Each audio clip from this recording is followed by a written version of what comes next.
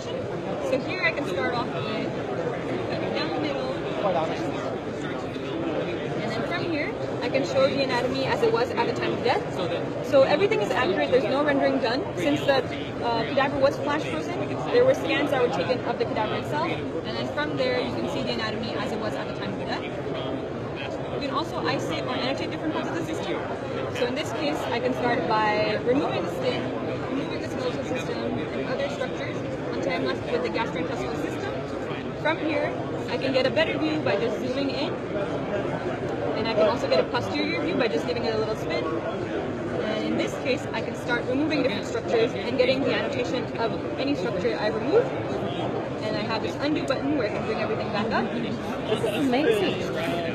And in this case, you can also have concurrent views of, let's say, the muscular system and skeletal system, and also start removing different areas to see regional anatomy and other types of anatomy as well at the same time. If you don't want to look at the anatomy as a whole, you can also see regional anatomy.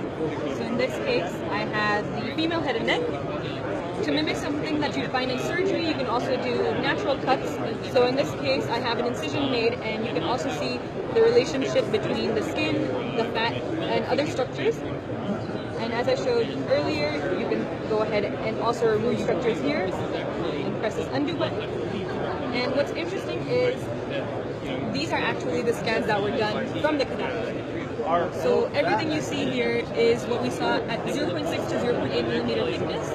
And so each time I turn around, slide through these sections, I can see where you guys And you're not just limited to the head and neck, you also have areas like the brain, large areas like the thorax and the abdomen, all the way down to the leg and foot.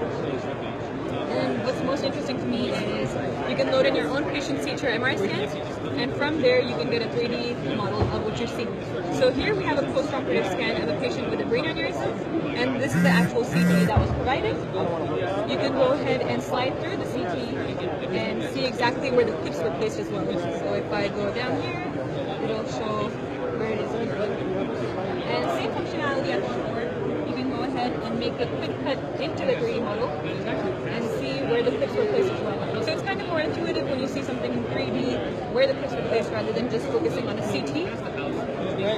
And you can also add in some vasculature if needed. And you can also bring it back down. There's other ways where you can utilize this where I bring in transparent soft and hard tissue. And so in this case, you still see where the clips were placed.